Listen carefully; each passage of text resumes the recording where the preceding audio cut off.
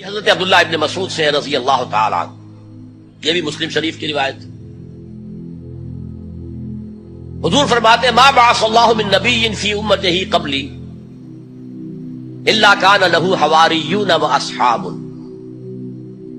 اللہ نے مجھ سے پہلے کسی بھی امت میں کسی نبی کو نہیں بھیجا مگر اس کے کچھ نہ کچھ حواری، کچھ نہ کچھ اصحاب تو ہوتے تھے نا، 2 ہوں، 4 ہوں، 10 ہوں، 12 ہوں۔ حضرت عیسیٰ کے حواری 12 تھے، ایمان لانے والے کل کہتے ہیں 72 تھے، بہرحال کچھ نہ کچھ ساتھی، حواریون و اصحاب یاخذون بسنتہ ویقتدون بامرہ۔ وہ کیا کرتے تھے؟ وہ حواری اور صحابہ اپنے نبی کی سنت کو مضبوطی سے پکڑ لیتے تھے اور انہی کے احکام کی پیروی کرتے تھے۔ یقتدون بامرہ، اقتداء کرتے تھے، پیروی کرتے تھے۔ ثم انہا تخلف من بعدہم خلوف، پھر ہمیشہ ایسا ہوا ہے کہ بعد میں کچھ ایسے ناخلف اٹھے، یفعلون یقولون ما لا یفعلون ویفعلون ما لا یؤمرون، کہ وہ کہتے وہ تھے جو کرتے نہیں تھے اور کرتے وہ تھے جس کا حکم ہی نہیں ہوا۔ عرس منائے جا رہے ہیں، یہ کوئی اللہ کے رسول کا حکم ہے؟ کیا رسول کے صحابہ کا عمل ہے؟ کیا حضور کا عرس منایا گیا؟ عید میلاد النبی ایک نئی عید ہو گئی ہے، کیا اس کا حکم دیا محمد رسول اللہ نے؟ یفعلون ما لا یؤمرون، وہ اپنی ہی ایجاد کردہ روایات ہیں، اپنی ہی ایجاد کردہ بدعات ہیں، اپنی ہی ایجاد کردہ رسومات ہیں، ان پر لگے ہوئے ہیں اور دعوے کرتے ہیں اللہ سے محبت، رسول کے عشق کے، جبکہ ان کے عمل میں نہ اللہ کی اطاعت ہے نہ رسول کا اتباع ہے۔ اب جب ایسی ضرورت پیدا ہو جائے تو کیا کریں؟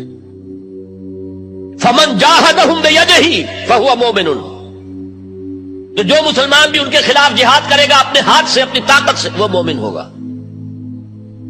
ومن جاہدہ بلسانہ فہو مومن، اور جو ان کے خلاف جہاد کرے گا اپنی زبان سے، وہ بھی مومن ہوگا۔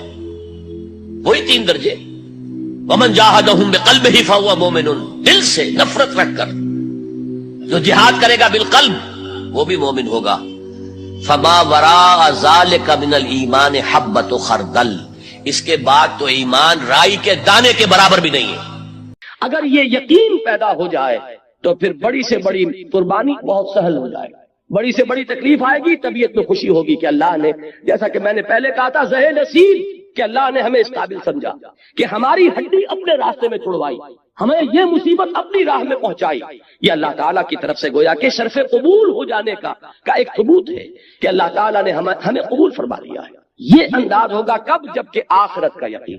تو فرمایا وما هذه الحیات الدنیا الا لہو ولعب، یہ دنیا کی زندگی تو سوائے کھیل کود کے کچھ نہیں۔ جیسے ڈرامہ ہوتا ہے 3 گھنٹے کا، یہ 30 برس کا ڈرامہ ہے۔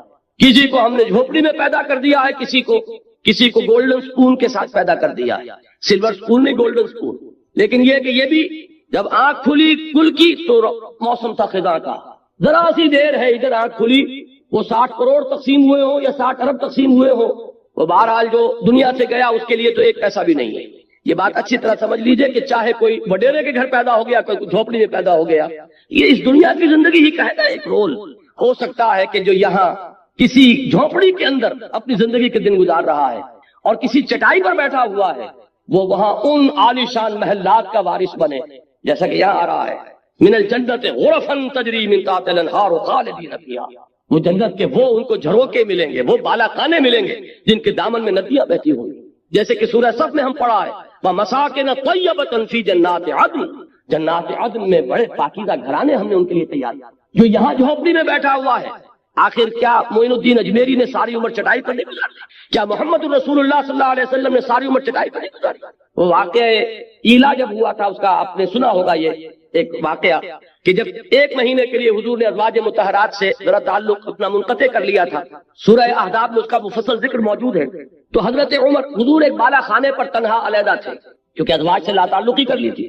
حضرت عمر حاضر ہوئے، نیچے کوئی 6 صحابی بیٹھے ہوئے دروازے پر، ان سے کہا کہ اطلاع دیجئے کہ عمر حاضری کی اجازت چاہتا ہے۔ حضور کو اطلاع ہوئی، حضور نے اجازت دے دی۔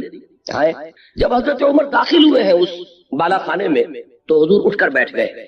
آپ نے اس وقت کرتا اتارا ہوا تھا، یعنی آپ کا جسم جو ہے وہ بس تہبند تھا، باقی جسم کے اوپر کپڑا نہیں تھا، اور آپ ایک چٹائی پر اس وقت استراحت فرما رہے تھے. جب اٹھ کر بیٹھے تو حضرت عمر نے دیکھا کہ کمر کے اوپر اس چٹائی کے نشان پڑ گئے، جیسے کہ آپ کا اکثر آپ کا مشاہدہ ہوگا. آنکھوں میں آنسو آ گئے حضرت عمر کے. حضور نے پوچھا عمر کیوں رو رہے ہو؟ انہوں نے عرض کیا کہ حضور قیصر و کسریٰ کے لیے دنیا میں کیا کیا ساز و سامان، کیا ناز و نعم، کیا ان کے لیے آسائشیں ہیں، اور آپ کے لیے یہ چٹائی ہے، یہ کھری چٹائی، اور اس کی جس کی کہ بدیاں پڑ گئی ہیں آپ کی قبر پر. تو حضور نے فرمایا کہ عمر کیا تم اس پر راضی نہیں ہو کہ یہ سب کچھ اپنا دنیا میں لے جائیں اور اللہ تعالیٰ ہمیں آخرت میں عطا فرمائے. یہی بات حضور نے ایک مرتبہ فرمائی، مالی ولی دنیا عندما مثلی کا راکب استظل تحت شجرۃ ثم راح فترکها، مجھے تمہاری اس دنیا سے کیا سروکار، میری مثال تو اس سوار کی سی ہے جو تھوڑی دیر کے لیے کسی درخت کے سائے میں بیٹھتا ہے سستانے کے لیے، اپنی منزل لیتا ہے، وہ درخت اس کا گھر نہیں، اس کا منزل نہیں، اس کا مقام نہیں، تھوڑی دیر ٹھہرتا ہے، بس اتنا ہی تعلق مجھے اس دنیا سے. اسی لیے آپ نے فرمایا ہے کہ کن فی الدنیا کانک غریب و عابر سبیل، دنیا میں ایسے رہو جیسے راہ چلتے مسافر ہو یا اجنبی ہو، یہ محسوس ہو کہ یہ یہاں کا باسی نہیں ہے، یہ یہاں کی سوچ ہی نہیں کرتا، یہاں پھیلنے پھولنے پھلنے کی فکر ہی نہیں کرتا، یہ کہیں اور اس کا دل ٹکا ہوا ہے، کہیں اور اٹکا ہوا ہے. یہ اگر آپ کے وجود سے اس کا ظہور نہ ہو رہا ہو تو اس کے معنی یہ ہے کہ ایمان بالآخرہ جیسے کہ اس کا حق ہے وہ آپ کے دل میں نہیں ہے، آپ کے وجود میں سرایت نہیں کرتا. تو یہ آیت نوٹ کیجئے، وما هذه الحیات الدنیا الا لہو ولعب. البتہ اس میں ایک آیت اور بھی آتی ہے قرآن مجید میں، وما الحیات الدنیا الا متاع الغرور. یہ دنیا جو ہے یہ سوائے دھوکے کی ٹٹی اور دھوکے کے سامان کے اور کچھ نہیں. اس کے برعکس ایک حدیث آتی ہے، بظاہر تضاد ہے لیکن اس کو ریزالو کیجئے اور وہ بات اسی مرحلے پر سمجھ لینی چاہیے. حضور نے فرمایا اب دنیا مزرعۃ الآخرہ، دنیا آخرت کی کھیتی ہے، یہاں بو گے تو وہاں کاٹو گے. اس کا مطلب یہ دنیا کی بڑی اہمیت ہے. یہاں قرآن کہہ رہا ہے کہ دنیا سوائے دھوکے کے سامان کے اور کچھ نہیں. ان دونوں کو کیسے ریکنسائل کریں گے؟ اگر یہ دنیا تمہیں آخرت سے غافل کر دے تو یہ دھوکے کی ٹٹی، پھر تو یہ دھوکے کا سامان ہے. لیکن آخرت کو مقصود بنا کر دنیا میں محنت کرو گے تو یہی آخرت کی کھیتی ہے کہ یہاں بو گے تو وہاں کاٹو گے. اگر یہاں کچھ بویا نہیں تو کاٹو گے کیا وہاں جا کر؟ اس اعتبار سے بندہ مومن کو اپنی زندگی کا ایک ایک لمحہ بہت قیمتی نظر آتا ہے، اس لیے کہ اس ایک لمحے میں اسے وہ کام کرنا ہے جس کا نتیجہ اس ابدی زندگی میں نکلے گا، جس کو کبھی ختم نہیں ہوگا. اس اعتبار سے ہمارا ہر مومنٹ، ہر لمحہ امر ہے، اس لیے کہ پوٹینشیل نتیجے کے اعتبار سے یہ امر ہے، یہ ختم ہونے والا نہیں ہے، اس لیے کہ اس کے نتائج اس زندگی میں نکلیں گے کہ جس کے لیے کوئی انتہا نہیں.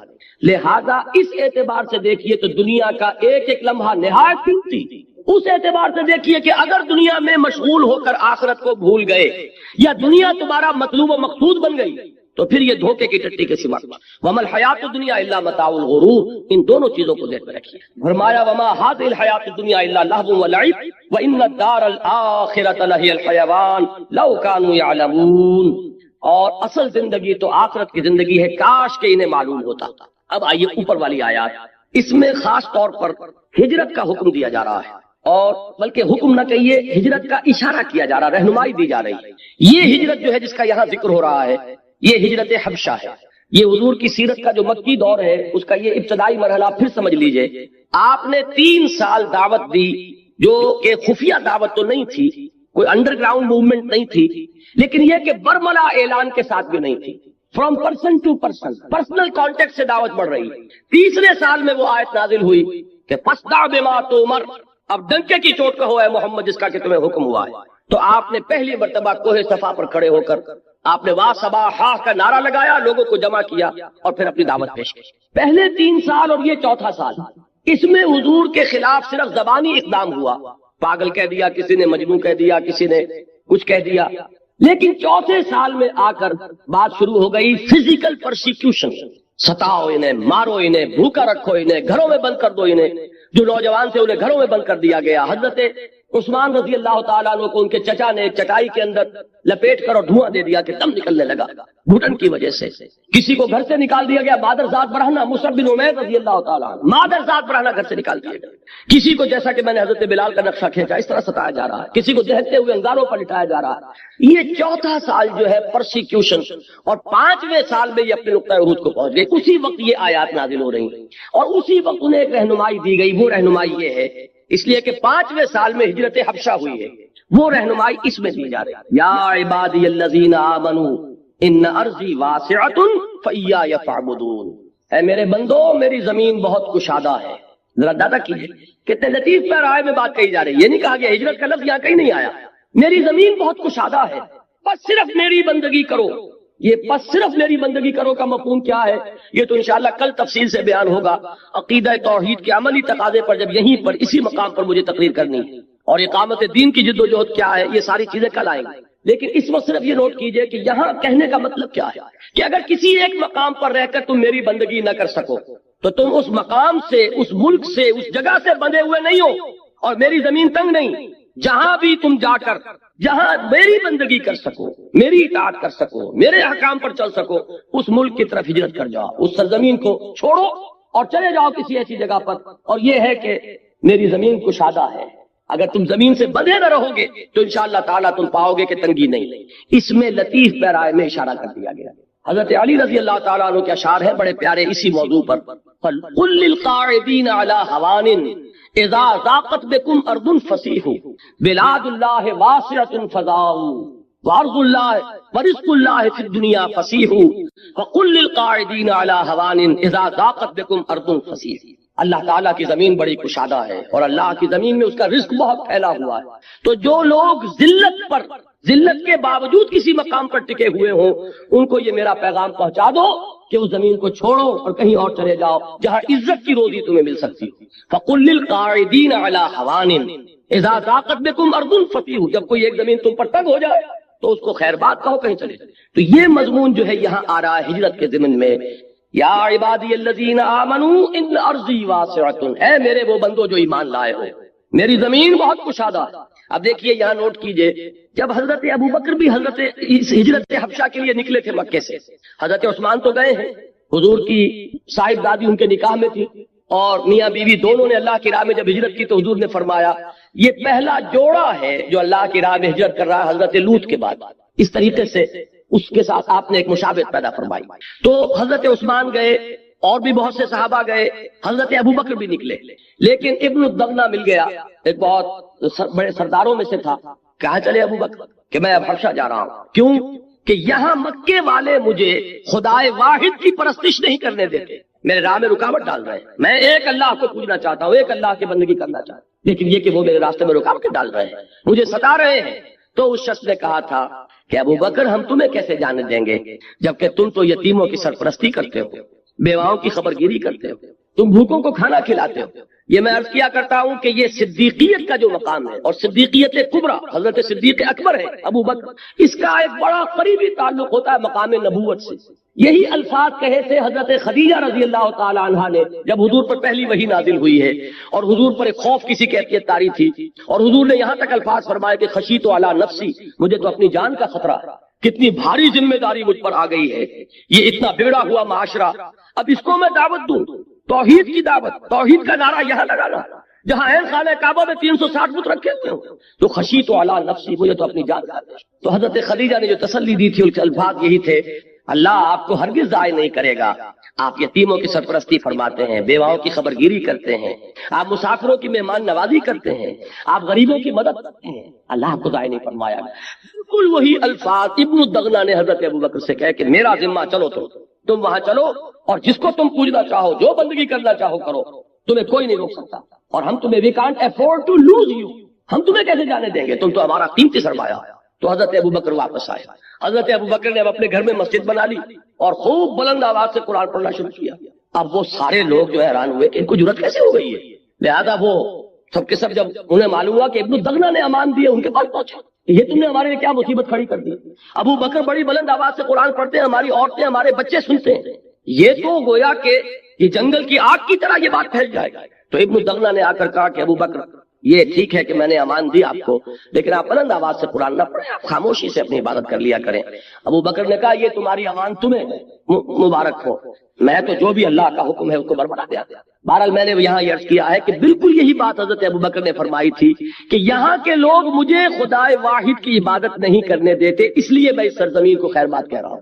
ورنہ کیا ابو بکر کو مکے کی زمین سے محبت نہ تھی؟ کیا حضور جب ہجرت کر کے جا رہے تھے آپ کو یاد ہوگا کہ جب خانہ کعبہ سے خطاب کیا تھا حضور نے کہا کعبہ مجھے تجھ سے انتہائی محبت ہے لیکن کیا کروں کہ یہاں کے لوگ مجھے رہنے نہیں. تو انتہائی محبت ہوتی ہے انسان کو اس سرزمین سے کہ جہاں وہ پیدا ہوا ہو، پلا ہو، بڑھا ہو. پھر جہاں خانہ کعبہ ہے، جن لوگوں کی باطنی آنکھیں کھل چکی ہوں انہیں تو معلوم ہے کہ کتنی بڑی قیمتی شے ہے یہ کہ جو ہمیں حاصل ہے، لیکن یہ کہ خدائے واحد کی بندگی یہ ان تمام چیزوں سے عظیم تر ہے. لہذا اگر مکے کی سرزمین بھی تم پر تنگ ہو گئی ہے کہ تم یہاں اللہ کا کلمہ سربلند نہیں کر سکتے تو اس کو خیر بات. یا عبادی الذین آمنوا ان ارضی واسعۃ فایای فاعبدون. یہاں میں چاہتا ہوں کہ تھوڑا سا اس حدیث کے بارے میں عرض کر دوں جو میں بارہا بیان کرتا رہا ہوں، لیکن بعض لوگ اس میں ایک شبہ وارد کرتے ہیں. بعض احادیث میں آتا ہے کہ لا ہجرت بعد الفتح، فتح کے بعد اب کوئی ہجرت نہیں ہے. وہ اس سے یہ سمجھتے ہیں کہ اب ہجرت ہمیشہ کے لیے ختم ہو چکی. یہ بالکل غلط ہے. ہجرت کی نیت مسلمان کے اپنے دل میں رہنی لازم ہے، مرحلہ آئے نہ آئے، لیکن نیت جیسے قتال کی ہونی لازم ہے. اور یہ آرزو دل میں ہونی ضروری ہے کہ اللہ کو وقت آئے کہ خالص تیرے دین کی سربلندی کے لیے کوئی قتال ہو اور جنگ ہو اور اس میں میں حصہ لوں اور میری گردن کٹے. یہ وہ آرزو ہے جو محمد نے کی صلی اللہ علیہ وسلم. لوددت ان اقتل فی سبیل اللہ ثم احیا ثم اقتل ثم احیا. میری بڑی خواہش ہے، تمنا ہے کہ میں اللہ کی راہ میں قتل ہو جاؤں، پھر زندہ کیا جاؤں، پھر قتل کیا جاؤں، پھر زندہ کیا جاؤں. تو یہ آرزو اگر کسی سینے میں نہیں ہے تو وہ سینہ جو ہے نفاق کا برکس بنا ہوا ہے. حضور نے فرمایا جو شخص مرا اس حال میں کہ نہ اس نے کبھی اللہ کی راہ میں جنگ کی، نہ اس کی کوئی خواہش اور آرزو تھی، نہ شہادت کی تمنا تھی، فقد مات علی شعبۃ من النفاق، وہ ایک قسم کے نفاق پر مرا ہے. اسی طریقے سے ہجرت کی نیت کہ کوئی وقت آئے خالص دین کے لیے. ایک ہجرت یہاں سے ہوئی ہے دنیا بنانے کے لیے. یہ امیگرینٹس بیٹھے ہوئے ہیں، کہاں کہاں بیٹھے ہوئے ہیں، کائے کے لیے گئے؟ دین کے لیے نہیں گئے، دنیا بنانے کے لیے گئے. ایک ہجرت معین الدین اجمیری نے کی تھی، جا کر اجمیر کے کفر کے مرکز میں جا کر بیٹھے تھے، لیکن وہ نہ کوئی پیٹرو ڈالر کمانے گئے تھے، نہ وہ دوسرا ڈالر کمانے آئے تھے، نہ یہاں کوئی ایکسپورٹ امپورٹ کے اپنا کاروبار جمانے آئے تھے. صرف اللہ کے دین کے لیے ہجرت. یہ زمین و آسمان اللہ کے کلمے کو پھیلانا، اللہ کی بات کو عام کرنا، اس کے لیے دل میں ہجرت رکھنا. تو وہ جو حدیث آتی ہے کہ آمرکم بخمس، اے مسلمانوں میں تمہیں 5 باتوں کا حکم دیتا ہوں، یہ بالکل دائمی شے ہے. بالجماعت والسمع والطاعت والہجرت والجہاد فی سبیل اللہ. ان 5 چیزوں کا لزوم کہ کوئی نہ کوئی جماعتی شکل ہونی چاہیے. یا تو وہ جماعت قائم ہو ایک خالص اسلامی ریاست تو وہی اصل جماعت ہے. اگر نہیں ہے تو اس کو قائم کرنے کے لیے کوئی جماعت، اس کے اندر تمہیں شامل ہونا چاہیے. بغیر جماعت کے کوئی زندگی جو ہے وہ اسلامی زندگی نہیں ہوگی. پھر جماعت بھی سمع و اطاعت والی جماعت کے سنو اور اطاعت کرو، ڈھیلی ڈھالی جماعت نہیں، 4 آنے کی ممبری والی جماعت نہیں. اور پھر یہ کی جماعت کیا کرے گی؟ ہجرت اور جہاد. اور ہجرت کہاں سے شروع ہو جاتی ہے؟ پوچھا گیا کہ ایو الہجرت افضل یا رسول اللہ، اے اللہ کے رسول یہ بتائیے سب سے اعلیٰ اور افضل ہجرت کون سی ہے؟ فرمایا ان تہجر ما کرے ربک. یہاں سے ہجرت شروع ہو گئی. ہر اس چیز کو چھوڑ دو جو تمہارے رب کو پسند نہیں. اگر رشوت لے رہے تھے رشوت چھوڑنے کا آج عزم کیجئے، گویا کہ ہجرت بھی نماز پڑھاتے ہوئے ہوا ہے. تو یہ بات جو ہے دل میں یہ آرزو رکھنا ضروری. اسی طرح ہجرت، اسی طرح قتال. اللہ کی راہ میں شہادت کی آرزو اور اللہ کی راہ میں ہجرت کی تمنا سے یہ سینہ کبھی خالی نہیں ہونا چاہیے، لیکن ہو وہ دین کے لیے، اللہ کے کلمے کی سربلندی کے لیے. باقی دنیا کے لیے ہجرت تو سب قومیں ادھر سے ادھر آتی ہیں. آریہ آ گئے تھے کہاں سے چل کر ہندوستان. تو یہ جو ہے معاشی ہجرت اور دنیا کی اور آسائشوں کے لیے ہجرت وہ تو دنیا میں ہوتی رہتی ہے. اصل ہجرت وہ کہ جو دین کے لیے ہو. تو اس کا اشارہ کر دیا گیا. یہ ہجرت حبشہ سن 5 میں واقع ہو گئی، سن 5 نبوی میں. یا عبادی الذین آمنوا ان ارضی واسعۃ فایای فاعبدون کل نفس ذائقۃ الموت ثم الینا ترجعون. ہر ذی نفس کو موت کا مزہ چکھنا ہے. یہ وہی ایمان بالآخرہ. دنیا عارضی ہے، فانی ہے. یہاں کا بڑے سے بڑا نقصان بھی بہت ہی عارضی اور فانی ہے. یہاں کا بڑے سے بڑا نفع بھی بہت ہی عارضی اور فانی. جو سورہ تغابن میں ہم نے پڑھا تھا کہ ذالک یوم التغابن، ہار اور جیت کے فیصلے کا دن تو وہ ہے یوم القیامہ. نفع اور نقصان کے فیصلے کا دن تو وہ ہے کون گھاٹے میں رہا کون نفع میں رہا، وہ تو اس روز طے ہوگا. والذین آمنوا وعملوا الصالحات، اور وہ لوگ جو ایمان لائیں اور نیک عمل کریں. یہ میں پہلے تفصیل سے بیان کر چکا ہوں کہ عمل الصالحات سے مراد کیا ہے. ہمارا بدقسمتی سے ایک تصور بن گیا عمل صالح کا جذبہ آئے گا، نماز روزہ یہ چند چیزیں آئیں گی، بس اس سے آگے کچھ نہیں. حالانکہ آپ غور کریں یہ سن 5 میں اگر یہ آیات نازل ہو رہی ہیں، ابھی روزے کا تو حکم تھا ہی نہیں، زکوٰۃ کا حکم بھی جا کر مدینے میں آئے گا، شراب حرام نہیں ہے، کوئی شریعت کے احکام نہیں آئے، نماز ہے. نماز کا 5 وقتہ نظام چاہے نہ ہوا ہو لیکن نماز تھی.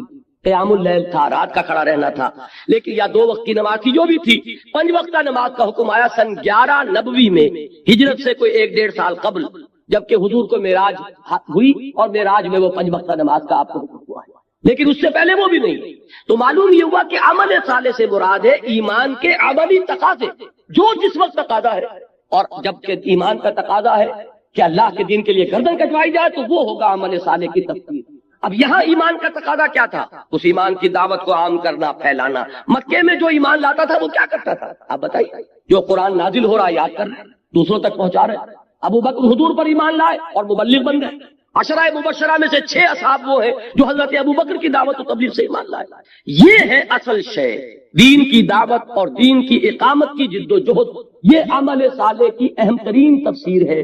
لیکن بدقسمتی سے جو تصور ہمارا بن چکا ہے اس میں جہاں ایمان کے بعد عمل صالح آئے گا، ہمارے ذہن میں ایک خاص نقشہ بنا ہوا ہے، اسی نقشے کو ہم اپنے ذہن میں ریڈ کر کے آگے نکل جائیں گے. اس لیے میں نے یہ وارن کرنا 2 مرتبہ وہاں آیا تھا پہلے رکوع میں، والذین آمنوا وعملوا الصالحات لنکفرن عنہم سیئاتہم ولنجزینہم احسن الذی کانوا یعملون والذین آمنوا وعملوا الصالحات لندخلنہم فی الصالحین. یہ 2 مرتبہ ایک رکوع میں وہاں آیا تھا، یہاں بھی آ گیا والذین آمنوا وعملوا الصالحات لنبوئنہم من الجنۃ غرفا. ہم لازماً انہیں ٹھکانہ دیں گے، انہیں جگہ دیں گے، انہیں آباد کریں گے جنت کے بالا خانوں میں، تجری من تحت الانہار، جن کے دامن میں ندیاں بہتی ہوں گی. نعم اجر الخالدین فیہا، وہ اس میں رہیں گے ہمیشہ ہمیش. نعم اجر العاملین، بہت ہی عمدہ ہوگا عمل کرنے والوں کا اجر. بہت ہی اعلیٰ اجر و ثواب ہے جو ملے گا عمل کرنے والوں کا. اب یہ پھر وہی بات آ گئی ایمان بالآخرہ، آخرت کا یقین، جنت کا یقین. اگر یہ ہے تو بڑی سے بڑی قربانی ہلکی نظر آئے گی. جان دے دینے کے بارے میں واقعتاً وہ بات صحیح ہوگی کہ جان دی ہوئی اسی کی تھی. اب تو یہ ہے کہ حق ادا ہوا، بجائے اس کے کہ آدمی اپنا کوئی کمال سمجھے. یہ سمجھے کہ یہ جان تو اس نے دی تھی، اور اس نے جو کچھ دیا ہے اس جان پر مزید جو نعمتیں کی ان کا حق ہم نے کون سا ادا کیا؟ جان دے کر تو صرف ایک جان ہی کا حق ادا ہوا. اس نے اور جو ہمیں صلاحیتیں عطا فرمائی، جو ذہانت عطا فرمائی، جو قوت گویائی عطا فرمائی، یہ ساری چیزیں جو دی گئی ہیں ان کا بھی تو حساب ہوگا کہ نہیں ہوگا؟ تو جان دینا تو صرف اللہ کے عطیہ ہے، جان کا بدلہ تو ہو سکتا ہے، باقی نعمتوں کا حق کہاں ادا ہوگا؟ وہ تو ابھی ہمیں سوچنا پڑے گا کہ ہم نے کیا کیا ہے، اس زبان کو کس مطلب میں استعمال کیا ہے، ذہانت کس کام میں لگائی ہے، اپنی اگر طلاقت لسانی اللہ نے عطا فرمائی تو کس کام میں لگائی، اگر اللہ تعالیٰ نے کوئی کام کرنے کی صلاحیت دی، قوت دی، وہ کس کام میں گوائی.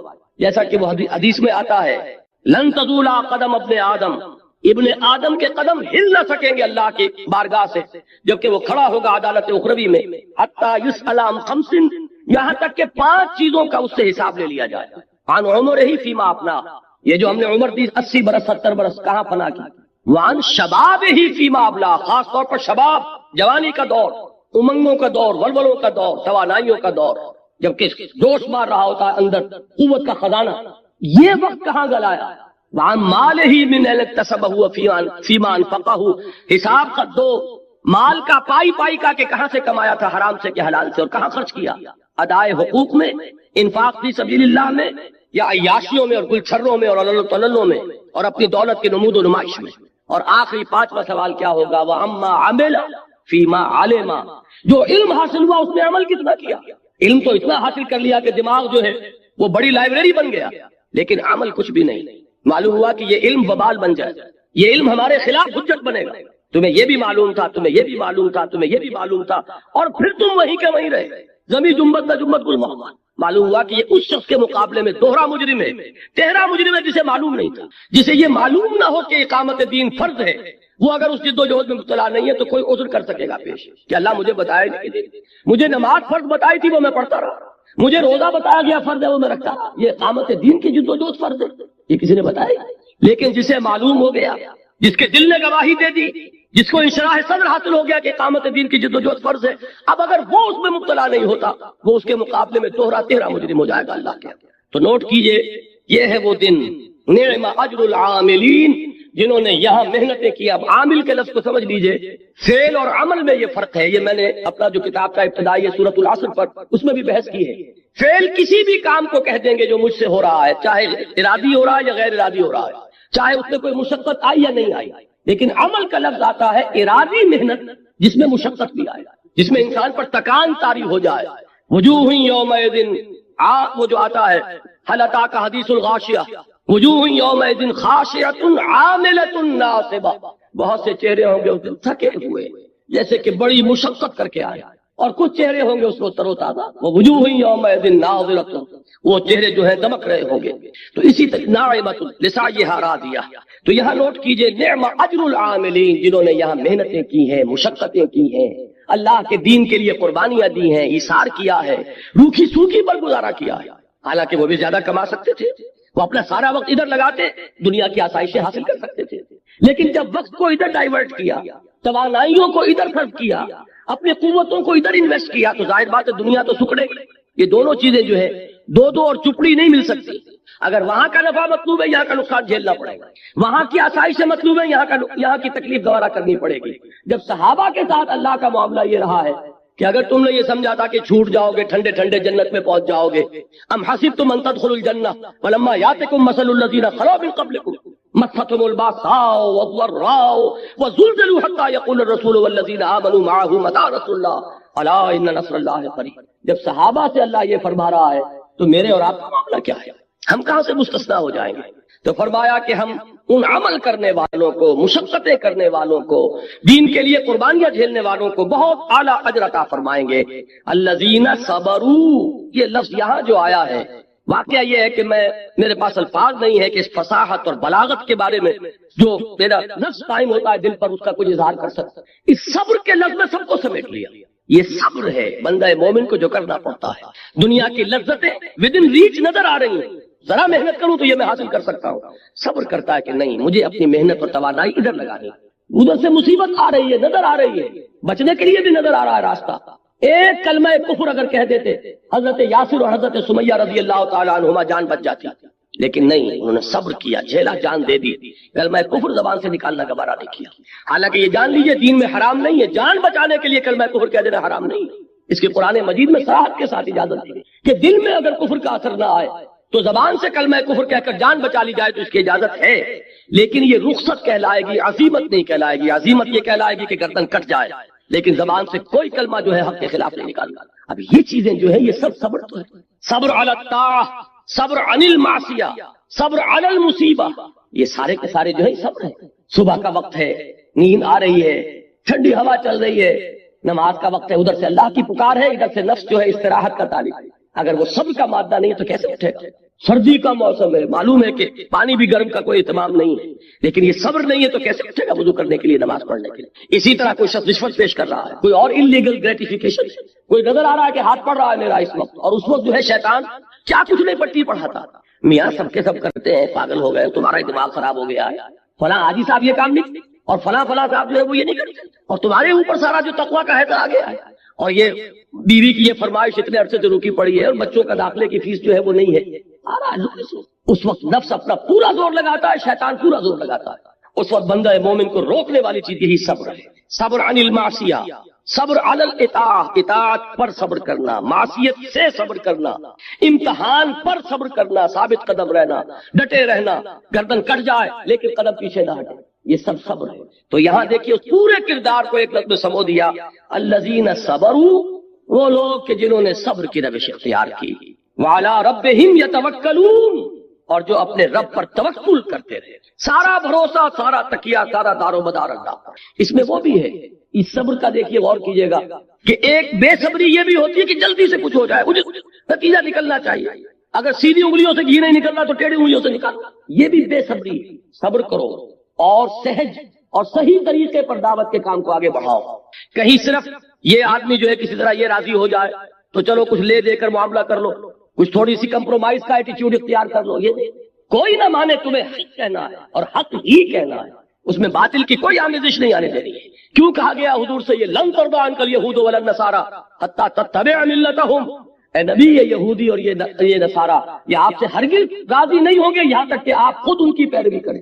یہ تو تذر بھی کہا جاتا ہے، اس لیے شیعوں کے دارالعلوم جو ہوتے ہیں دارالعلوم المنتظر، وہ اس لیے کہ ان کا انتظار کیا جا رہا ہے. تو یہ ہے، اب وہ ان کا خیال ہے کہ آخری دور میں، آخری زمانے میں وہ ظاہر ہو جائیں گے، غار سے نکل آئیں گے. دیکھیے میں اس عقیدے کو اس بنا پر رد نہیں کرتا کہ یہ ناممکن ہے کہ کیسے کوئی شخص جو ہے 1200 برس تک کسی غار کے اندر زندہ رہ سکتا ہے. نہیں، میں سمجھتا ہوں ممکن ہے. 300 برس تک اصحاب کہف رہے کہ نہیں رہے؟ سوئے رہے. 300 ایئرس مانتے. حضرت عیسیٰ اسی حیات عرضی کے ساتھ 2000 سال سے موجود ہیں آسمان پہ کہ نہیں؟ آپ کو معلوم ہے حضرت عزیر 100 برس تک مرنے کے بعد دوبارہ زندہ کر دیے گئے. فاماتہ اللہ مئۃ عام ثم بعثہ. تو ناممکنات میں سے کوئی سوال پیدا نہیں ہوتا. لیکن یہ کہ آیا کوئی امامت معصومہ کا تصور قرآن اور حدیث سے ہمیں ملتا ہے؟ پھر یہ کیا یہ موروثی امامت کہ حضرت علی کی نسل جو حضرت فاطمہ سے چلی ہے اسی میں یہ امامت ہوگی؟ اس کے لیے ہمارے پاس کوئی دلیل نہیں ہے، ہم اس کو تسلیم نہیں کرتے. ہم تو سمجھتے ہیں کہ معصومیت ختم ہو گئی محمد الرسول اللہ صلی اللہ علیہ وسلم پر. خاتم المعصومین ہے محمد الرسول اللہ. اب ان کے بعد تو اجتہاد ہے اور خلافت ہے. عام معاملات میں اجتہاد ہوگا، نظام خلافت کا ہوگا. تو ہمارے نزدیک جو میں جس مہدی کا نام لے رہا ہوں وہ مہدی ہیں جو ایک مجدد ہوں گے، جیسے کہ مجددین کے نام میں نے آپ کو گنوائے ہیں. مجدد الفسانی ہو، شاہ ولی اللہ ہو، سید احمد بریلوی ہو، شیخ الہند ہو. ایک ہوں گے انسان جو پیدا ہوں گے انسانوں کی طرح عام طور پر اپنی عمر کو پختگی کو پہنچیں گے، پھر وہ سامنے آئیں گے منظر پر، پھر وہ کام کریں گے، قیادت کریں گے. عرب میں ان کا ظہور ہوگا. دوسری بات یہ نوٹ کر لیجئے حضرت مہدی کے بارے میں، ہمارے یہاں احادیث کے جو مجموعے ہیں، جو ٹاپ کے 2 مجموعے ہیں، ان میں کہیں حضرت مہدی کا ذکر نہیں ہے، نہ صحیح بخاری میں نہ صحیح مسلم میں. لیکن ہم اسے نظر انداز نہیں کر سکتے کہ صحائح ستہ کی بقیہ 4 کتابوں کے اندر موجود ہیں، لہذا نظر انداز نہیں کر سکتے، اگنور کرنا ممکن نہیں ہے. اب اس میں میں چاہتا ہوں کہ کچھ حدیثیں آپ کو میں سناؤں جن میں حضرت مہدی کا تذکرہ کیا گیا ہے. پہلی ہے وعن عبداللہ ابن مسعود قال قال رسول اللہ صلی اللہ علیہ وسلم. حضرت عبداللہ ابن مسعود سے روایت ہے، وہ فرماتے ہیں کہ حضور نے ارشاد فرمایا لا تذهب الدنيا حتى يملك العرب رجل من اہل بیتی. یہ دنیا ختم نہیں ہوگی جب تک کہ عرب پر میرے اہل بیت میں سے ایک شخص کی حکومت قائم نہ ہو. اور آپ کو معلوم ہے کہ آج تک عرب پر حضور کے اہل بیت کی کوئی حکومت قائم نہیں ہوئی. اور جب قائم ہوئی بھی تھی حضرت علی کو اگر شمار کیا جائے، اس لیے کہ حضور نے وہ جو مشہور واقعہ ہے کہ ایک چادر میں لے لیا تھا حضرت علی کو اور حضرت